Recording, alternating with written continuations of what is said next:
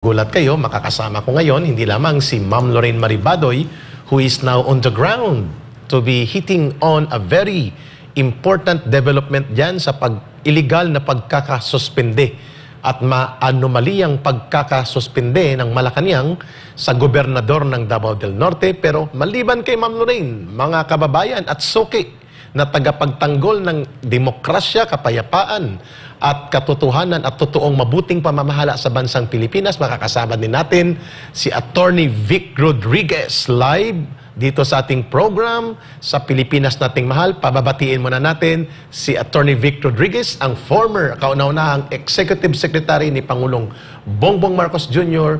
who chose to stand on the side of truth, dignity, and good governance. Kung kaya siya kasama natin sa Pilipinas Nating Mahal. Attorney Vic, welcome as a guest and co-anchor with Ma'am Lorraine dito sa Pilipinas Nating Mahal. Good morning, Ka-Eric. Good morning, Dr. Lorraine. At magandang umaga ho sa lahat ng sumusubaybay ng Pilipinas Nating Mahal. Magandang umaga po sa inyong lahat. And thank you for inviting me to be your guest / co-anchor today. Yes, it's a privilege and honor for us to be part of your crusade now.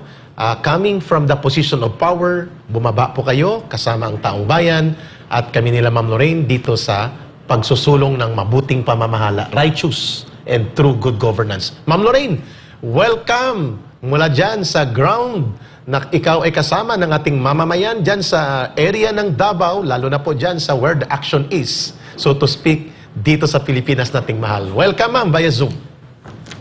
Maayong buntag, Eric, maayong buntag ES, maayong buntag Pilipinas, naadiri ako sa Davao. Thank you so much for joining us, ES, and also of course lahat ng ating mga kababayan. Iyon, ma'am and Attorney Vic, para po sa ating panimulang talakayan, nagulat po ang lahat ng sunod-sunod, hindi lamang ang pagpapalabas ng mga warrant of arrest, napakabilis. Laban kay Pastor Kibuloy na hindi naman kalaban ng bayan, kundi tagapagtanggol ng demokrasya at nation building. And Attorney Vic, ganon din po, nagulat tayo, Ma'am Lorraine, mga kababayan, nang kahapon po ay pinilit na tanggalin sa kanyang elected position na binigyang mandato ng mga mamamayan ng Davao del Norte si Governor Edwin Hubahib na mahal ng mamamayan dyan sa Davao Region. Attorney Vic, bago po itong isang video tungkol sa walang tigil na panggigipit, Ma'am Lorraine, mga kababayan, kay Pastor Kibuloy, pambabastos sa integridad ng Kingdom of Jesus Christ as an independent religious community, and kay Pastor sa kanyang pagka-persona, Attorney Vic, ano po yung nakikita ninyo bilang panimulang talakayan natin sa Pilipinas Nating Mahal sa ganitong mga self-inflicted na kaguluhan na nanggagaling mismo sa mga sunod-sunod na mga kapalpakan ng gobyerno ng dating ikaw ay naging executive secretary nitong Pangulo ng Bansa? Your take muna sa panimulang pagbubukas. Well, nakakalungkot, Ka-Eric, nakakalungkot, Dr. Lorraine. I don't even regard what they're doing as a self-inflicted damage or wound. I think it is a deliberate attempt to be oppressing people, to be carrying out injustice. Sapagkat kung nagkamali ka siguro ng isa o dalawa, pwede nating sabing self-inflicted. Pero ito, ang nakikita ho natin dito ay seemingly there is a pattern to suppress information. There is a pattern to suppress the freedom of speech and of expression. And there is an ongoing pattern of political persecution among those who are critical of the government. Alam mo, buhay ang demokrasya. Yes. And in a democratic state, kagaya ng Pilipinas, ang pagkakaalam ho natin, ang pagkakaalam ng mas marami, tayo ay isang democratic and republican state. Tama. At meron tayong demokrasya. Hindi mo dapat sikilin at pigilan maglahad ng saloobin ang isang tao, isang grupo o isang samahan na kritikal o hindi sumasang-ayon o hindi basta-basta na lamang pumapayag sa nais mong gawin. Yun. For as long as their manner of expressing their disgust, yung hindi nila pag sang-ayon sa gobyerno ay within the constitutional loop, hindi ninyo dapat sikilin ito. And kitang-kita ito ng mga mamamayan. Yes. Tahimik lang. Ano ang nagbigay sa akin na what convinced me in arriving at this humble opinion of mine na galit ang sambayan ng Pilipino. Bakit, Attorney Vic? Titingnan lang natin yung huling survey patungkol doon sa huwad na charter change Yun. at Peking People's Initiative. There is an 88% rejection. Rejection by the people. At yung rejection na yan, hindi nila pwedeng sabing tungkol sa charter change lang yan. Let's give them that. But I think at the very least, 1/4 of that 88% galit na sa inyo. Iyon. At nagising na at hindi na sang-ayon sa ginagawa ninyong pagmamalabis sa ordinaryong tao. Attorney Vic, napakaganda ng ating take-off, Ma'am Lorraine. Dito sa sinabi ni Attorney Vic Rodriguez that he established the point, Ma'am Lorraine, na deliberate, systematic na paggamit ng poder para mang-abuso at manggipit ng mga tao, hindi lamang mga tao, kundi mga dating kaalyado pa at kasama sa pagbubuo ng kanyang gobyerno. Ma'am Lorraine, yung opening mo na pagtingin sa ganitong kalagayang hinaharap natin. Yes, thank you so much for your very clear analysis about all of this, no. But I want to ask you a question, ES. Naging trademark na ng Marcos administration ang gross violation of very important rights in our country, like for instance, press freedom, as well as the freedom to express ourselves, di ba? Freely express ourselves. Naramdaman namin, na-experience namin yan ni Eric personally nung kami ay dinetain illegally ng Martin Romualdez-led Congress. Na syempre, wala man lang kaming narinig ni isang salita or hininga galing sa Pangulo ng Pilipinas. No? At saka yung panggigipit sa SMNI, wala silang kahihiyan dito. So, ES, yung tanong ko sa inyo, was this apparent when you were with them? Was this this tangent, this very worrisome tangent, was this already clear at that time? No, Lorraine, no. Itong ginagawa nilang pagmamalabis, ngayon na lamang ito.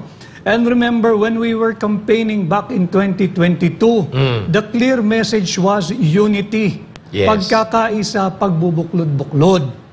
Tell me now, is this unity? Yun, klaro. Walang unity dito. At ginagamit nga nila yung batas sa maling pamamaraan. They have resorted to lawfare. Oh. At ngayon naman, itinutulak tayo sa bingit ng warfare. So mula sa pag-weaponize ng batas against their perceived political enemies and critics, kagaya ng nangyari kay Pastor, sa mga Duterte, sa SMNI, at ngayon kay Governor Hubahib at iba pa, yung sinasabi mo, mula doon sa weaponization of law, na tinanong ni Ma'am Lorraine ang opresyon na ito, napupunta ngayon sa military posturing or warfare and warmongering. Ma'am, go ahead. Follow up lang kay ES, ang nag-sign nung suspension order para kay Governor Hubahib, which is a highly beloved political figure in Mindanao. I have worked with him very closely and he really truly is a man of the people. Yes. A rare politician, talaga nagsisilbi ito sa bayan. Kasama namin siya sa mga indigenous peoples and he is the major reason why the insurgency has really been crippled here in Mindanao. Kasi nga, good governance talaga siya. So, the sitting ES right now, Lucas Bersamin, signed that suspension order. Paano nangyari this horrifying thing? How did this happen? A former Supreme Court Justice, no less. No? How did this happen? Your reaction, Sir Attorney Vic Rodriguez. Okay, iwasan ko muna yung incumbent executive secretary because I don't want to be accused of commenting on the incumbent since galing ako sa tanggapang yon. Sige. But let me just react on the order itself. Sige. Yes, please. Please. It's very clear in Article 11, Section 1 of our Constitution. Public office is a public trust. And all government employees, all government officials, whether elective or appointive, must act with justice and responsibility. Yes, true. In the case of the governor, the good Governor Edwin, na napanood ko rin kagabi doon sa late night press conference ni Pangulong Duterte, where is justice there? Yun. He was deprived of the elementary, the very basic, the very fundamental right, yung due process. Yun. Ang due process simply means a law that hears before it condemns. Ayun, klaro. Ito kinundina mo na. Walang notice, ano yung demanda sa'yo, walang kaalam-alam, binigyan mo na suspension. And as far as I know, please feel free to correct me, Doc Lorraine and Ka Eric. Yes, sir, go ahead. At kahit yung mga sumusubaybay ng live sa atin ngayon, ito ay nagmula doon sa pagpapahintulot niya na magkaroon ng rally ang hakbang ng mga isog sa darating na linggo. Tinumbok mo. Yan lang ang punot dulo niyan. At inamin niya na yun ang winarning sa kanya bago siya isuspend. When he issued the statement, si Governor Hubahib, tinumbok ng prangka mong pahayag ngayong umaga, Attorney Vic.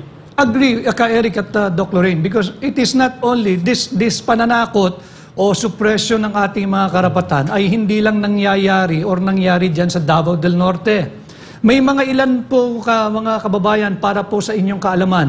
Marami na po ang aming pinagtatangka ang kuhaan ng permit. In fact, under the law, there is this settled case in the Supreme Court. Yes, go ahead. Pagdating sa isang malayang pagpapahayag, basta't ito ay payapa, you don't even need to secure a permit. Tama. All you have to do is notify the LGU, whether that's a city, provincial, or municipality. And coordinate doon. I-coordinate mo lang na magkakaroon kami rito ng payapang pagtitipon and constitutionally guaranteed yan eh. Yes. Yung right to call on the government na ito yung aming hindi pagsang-ayon sa inyong mga polisiya. Tama. Ito ay nangyayari na sa iba't ibang probinsya na kung saan tayo ay nagpaplano ring magpahayag dito sa ginagawa nating hakbang ng maisog, Doc Lorraine. At ito ay marapat na malaman ng sambayan ng Pilipino sapagkat kontrolado ho nila ang tinatawag nating mainstream media. Tama kayo. At marami tayo na we're risking so much here. But again, I don't mind for as long as I will always side with the Filipino people. Wonderful. Attorney Vic, Ma'am Lorraine, please hold, ma'am. May statement si Governor Hubahib. And then we can Yes. go on with the discussion para mas maipakita natin ang mga batayan ng kanyang mga sinasabi kung bakit siya inapi at ang mga mamamayan ng Davao del Norte dito sa maanumalia at iskandalusong paggamit ng poder ng Office of the President sa isang elected official at gobernador sa Davao. Go ahead. Panoorin muna natin ito. Mga pinalangga nako nga katawhan sa Davao del Norte. Base sa impormasyon nga niabot sa atong opisina, adunay iserve nga dili makatarunganon nga preventive suspension order kanako unya Huwebes, April 11, 2024. Dako ang akong kalibog kung unsa ang basihan o ground sa maong preventive suspension kay wala man gani ta napatawag sa korte o wala pud ta napatawag sa Office of the President o walay nahitabo nga investigasyon sa national o local office sa DILG. Unya, kalit lang sila nagpakanaog of preventive suspension order gikan sa Office of the President. Busa, klaro gid kayo ang injustice kay kini wala miagi sa sakto nga proseso sa balaod o due process of law, being violative of Rule 6, Section 3 of Administrative Order Number 23, Series of 1992, o sa akong constitutional right to due process. Sa akong pagkagobernador, wala ko'y laing gihimo kundili ang paghatag og serbisyo sa katawan sa Davao del Norte o kamong tanan saksi ni ana alang sa katuyuan sa kalambuan sa atong probinsya o kalambuan sa kinabuhi sa matag usa. Isip inyong Kuya Gob, ako nag-aawag kaninyo nga kita mobarog sa kung unsa ang tama. Atong batukan ang posibleng may tabong harassment, injustice, or power tripping nga paghahimon ni ining mga tawhana nga gahaman sa pwesto unyang buntag. Kung ako gani nga inyong gobernador, ilang gidaog-daog, unsa na lang kaha ang mga yanong katawhan. Dili na to tugutan nga ang maghari ni ining Davao del Norte, mga tao nga walay laing tumong, kundili ang gahom o proteksyon sa ilang sariling interes o paghimo o pagpangabuso o pagdaog-daog sa katawan. Ayun. Sunod natin, ma'am. Hold your line, Ma'am Lorraine and Attorney Vic Rodriguez. Ang naging interpretasyon at madamdaming reaksyon ni former President Rodrigo Duterte dito sa sinabi niyang tendency to use authoritarian power. What is very unbelievable to me,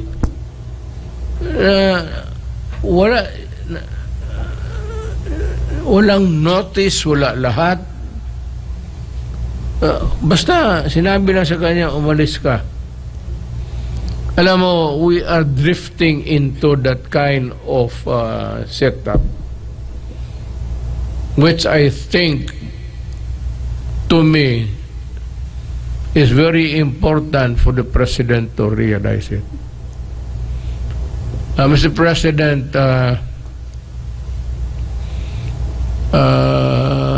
hindi mo na sinusunod yung demokrasya. And you are, yung pag ganun na style, you are veering towards a more authoritarian. Mahirap yan, hindi sanali ang Pilipino. I am just warning you. Ako sa isa talaga na hindi ako papayag. Na kung magtanong ka na what I intend to do, I will raise hell one day.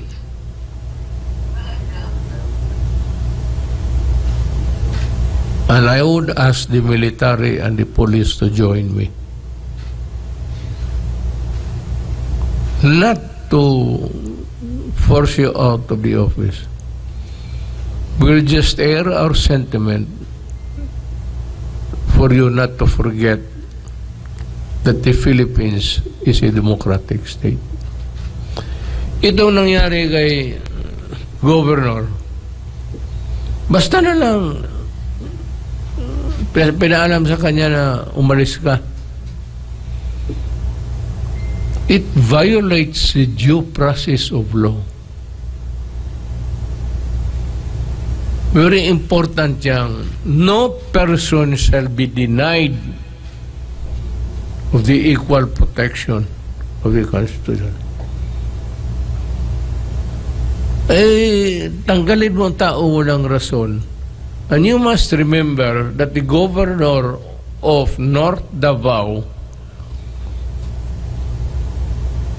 has been elected by the people. Hindi yan trabahante na in-appoint mo tapos tanggalin mo. We have to respect the will of the people of that North Davao. Puro respeto naman. So you are veering dangerously close to being an authoritarian government. Ako sinasabi ko sa iyo kasi hindi ko nagustuhan yung style mo. Ayun. Attorney Vic Rodriguez, Ma'am Lorraine, we will get your reaction, Attorney Vic Rodriguez, bilang abogado, kapareho ni former President Rodrigo Duterte na naging isang abogado at naging prosecutor. Nababahala siya that the tendency of authoritarianism o yung pagiging diktador at walang respeto sa proseso ng batas at demokrasya ay nagagamit ng kasalukuyang gobyerno ni Pangulong Bongbong Marcos Jr. Similar sa kung paano ginawa ang paghawak sa poder ng kanyang tatay. Your reaction, please. Eric ES, may I please intervene lang a little bit? Kasi prior to that, si former Speaker Bebot Alvarez gave a backgrounder, 'di ba? Yung tungkol kay Anton Lagdameo. And he told us this again during when we were having dinner. He said basically yung suspension order na yan, ES, Eric, Yes. kasi napunta siya the day before to ask na wag na ituloy yung rally. And then governor said, that cannot be. Itutuloy namin ito, basically. And then the next day, Anton Lagdameo was in a coffee shop in Tagum and asked the governor to go to him. And Governor Hubahib said no because he had so many of his constituents that were in his office. Tama. And then that was when it happened. So basically what we're saying is talaga petty tyrants itong mga nakaupong ito. No, talagang power tripping. Hindi ka pumunta sa akin. So there was no due process and pumunta siya kay ES Lucas Bersamin and that whole thing happened. There was no due process, no? Para talagang petty tyrants like they own the government, and Eric and I have been on the receiving end of that and we know how that feels. And we see it with Pastor now, yung pagmamalabis nitong mga petty tyrants na ito na sinabi ni PRRD, mga wala namang alam at mga nagdodroga pa. Yes, Diba? ma'am. Idugtong ko na briefly, Attorney Rodriguez, para buo ang reaksyon mo doon. The order will not come out just from the office of the Executive Secretary without the President himself giving the go signal. Your reaction? Baka hindi ko masagot briefly dahil medyo mahaba